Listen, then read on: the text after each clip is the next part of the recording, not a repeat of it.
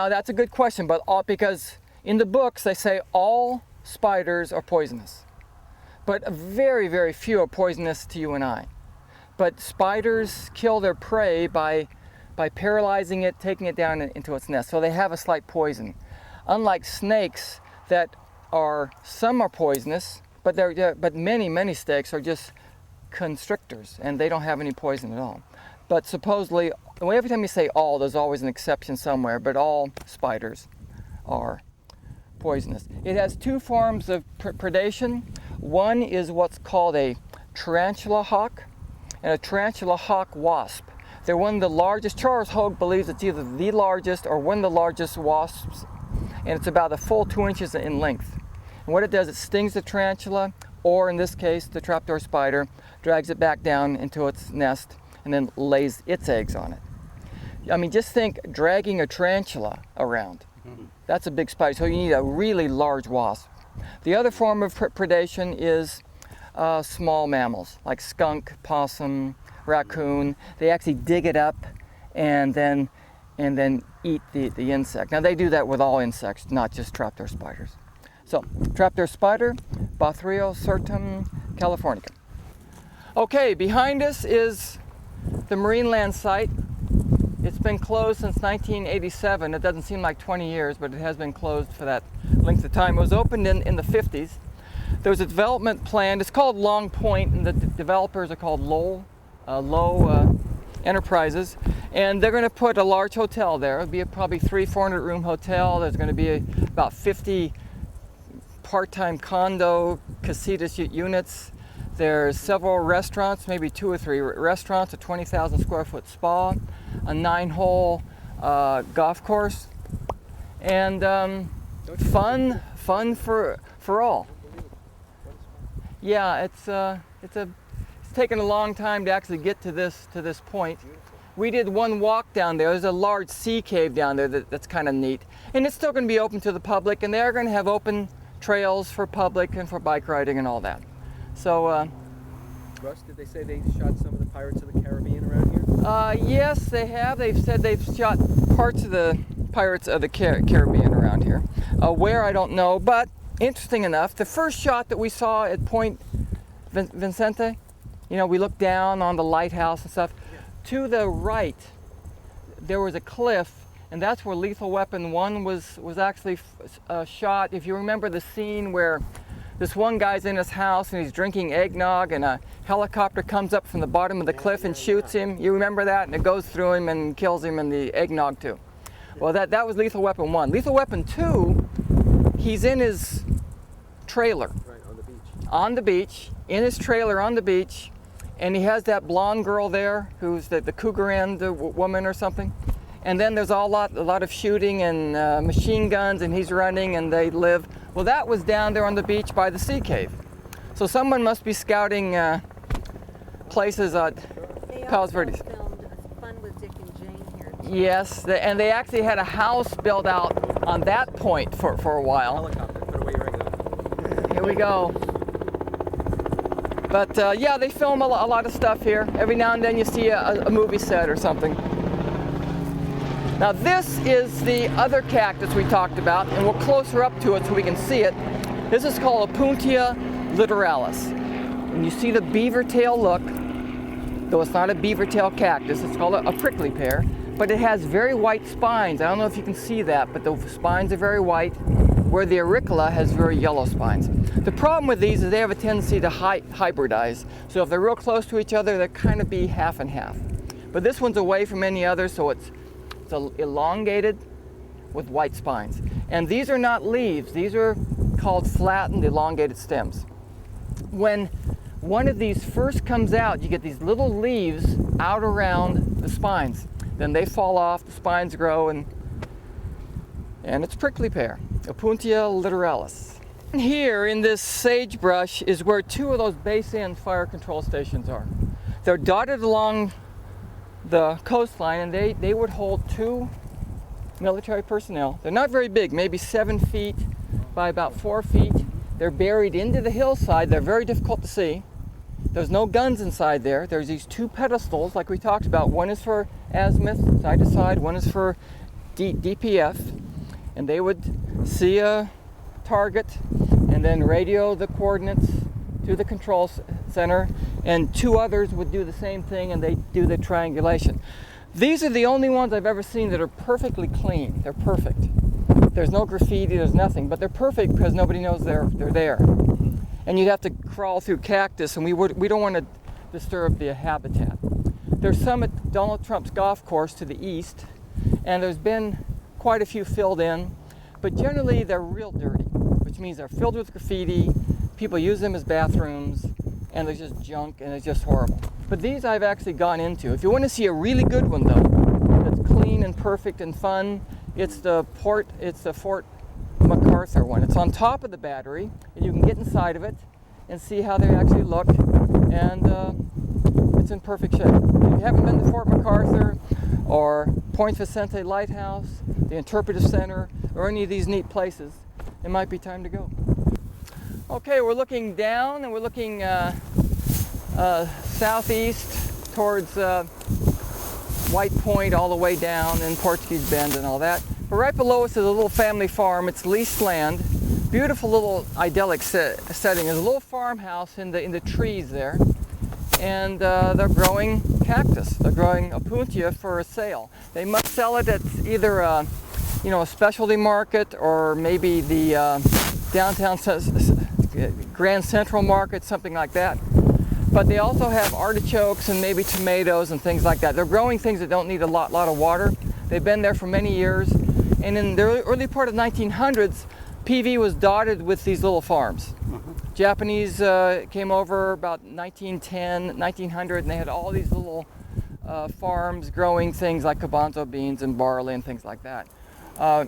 Over the years, they've been built on, but this one's still here, and it is leased land, and I don't know how much longer it's going to last, but it sure is a beautiful little place off from the street. Pardon me? Confiscated during the war? They didn't own it during the war.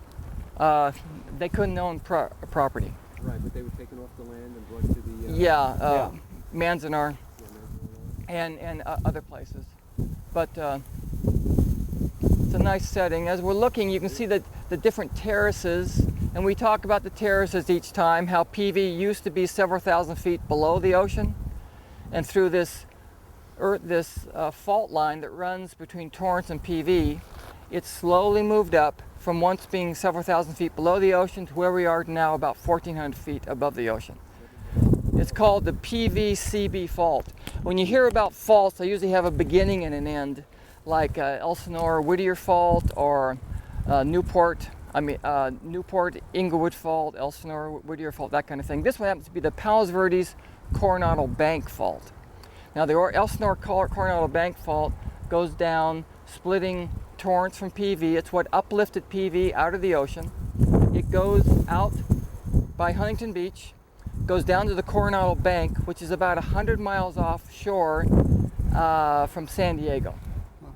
Now we think if you connect the dots, this fault may continue down to Ensenada, but that's complete speculation. One of the professors at SC believed that the PV fault may be capable of producing a 6, which is a huge earthquake. Generally, they're in the 1s and 2s, and it moves 3 or 4 times a year. And there was one just about 2 months ago, in January. It was on a Monday morning, and it was 6:20 in the morning.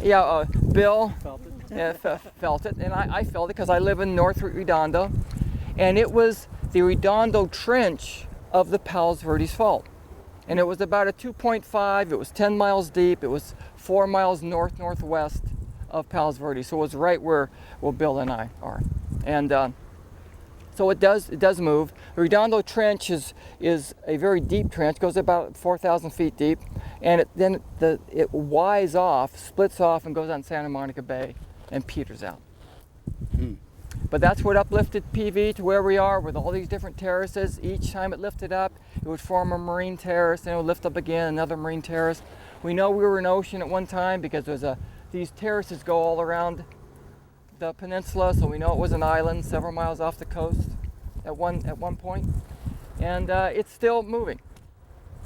Now the San Andreas Fault, I always ask this from my class, When's the last time the San Andreas Fault moved in Southern California? Anybody know? Anybody want to make a guess? Everybody's quiet. Is it constantly moving? That's what I used to think. It was constantly moving. Any other guesses? Was it when Silmar went down to So Silmar, that was in the 80s, I think, latter part of 80s. The San Andreas Fault in Southern California just had an anniversary in January of its 150th year of not moving. It has not budged in 150 years. Hasn't budged any. It moves on the average between 130 and 150 years. Now sometimes it moves every 50 years, sometimes every 300. But the last time it moved in Southern California was the Great Fort Tejon quake, 7.8 quake in 1857. It had a rupture of 35 feet at the epicenter, and there was a crack about 220 miles down from that, down the San Andreas Fault. What happens, San Andreas Fault has this big dog leg to the left. It goes on the other side of San Gabriel Mountain. San Gabriel Mountains are made out of granite, a really hard mountain. And like most mountain, it doesn't just sit on top of dirt. It has roots of granite that go miles into the ground.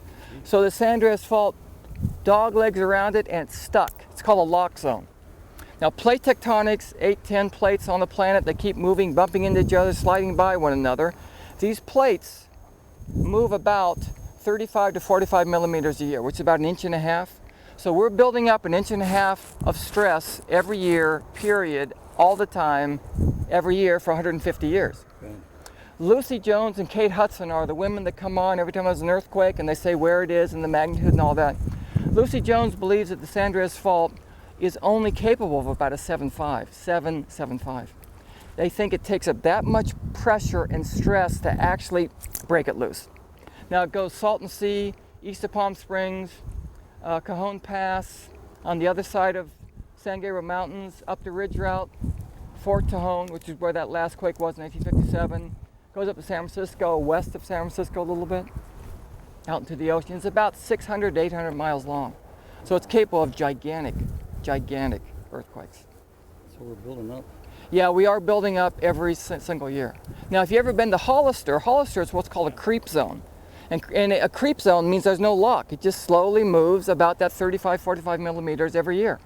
Now, when I was up there in the mid-60s, it didn't matter much because it was all fields and orchards, and that was it. If it moves this much in an orchard or here, who's to see? But when you have roads and streets and sewers and all that, and it moves, in someone's lifetime, it might move 8 feet. So your fence might be offset about 8 feet. When I look at Saddleback Mountain is about 5,500 feet. It's two mountains. It's called Santiago Peak and Majestica Peak. It's a mile high. It's 5,500 feet. But that's part of the Whittier-Elsinore Fault. That's what pushed up that ridge in Saddleback Mountain. We all know Marietta Hot Springs because of the hot springs. The hot springs, again, that's a fault. It's the friction that's caused by that fault moving, and the water comes up heated. We had a hot water spring down at White Point also, and that was a Japanese resort called the Takami Resort. It still is a hot spring area. It still is, kind of. You can smell it. But what happened? They built it in the teens. In 1927, there were some severe storms. In 1933, what happened? Long Beach quake. And guess what happened? It closed off the vent at the resort. So what's good of having a hot springs resort when there's no more hot springs? So everything you see, every hill, valley, every piece of rock, everything has something to do with these diastrophic pressure that changes the earth through faults, through...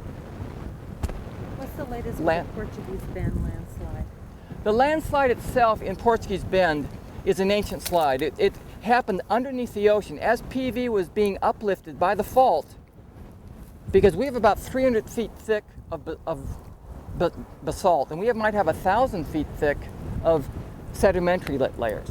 But as it pushed up, we had landslides happening even underneath the water. So by the time this got up above the land, we had all this kind of alluvium, which is just the debris that is there after a landslide.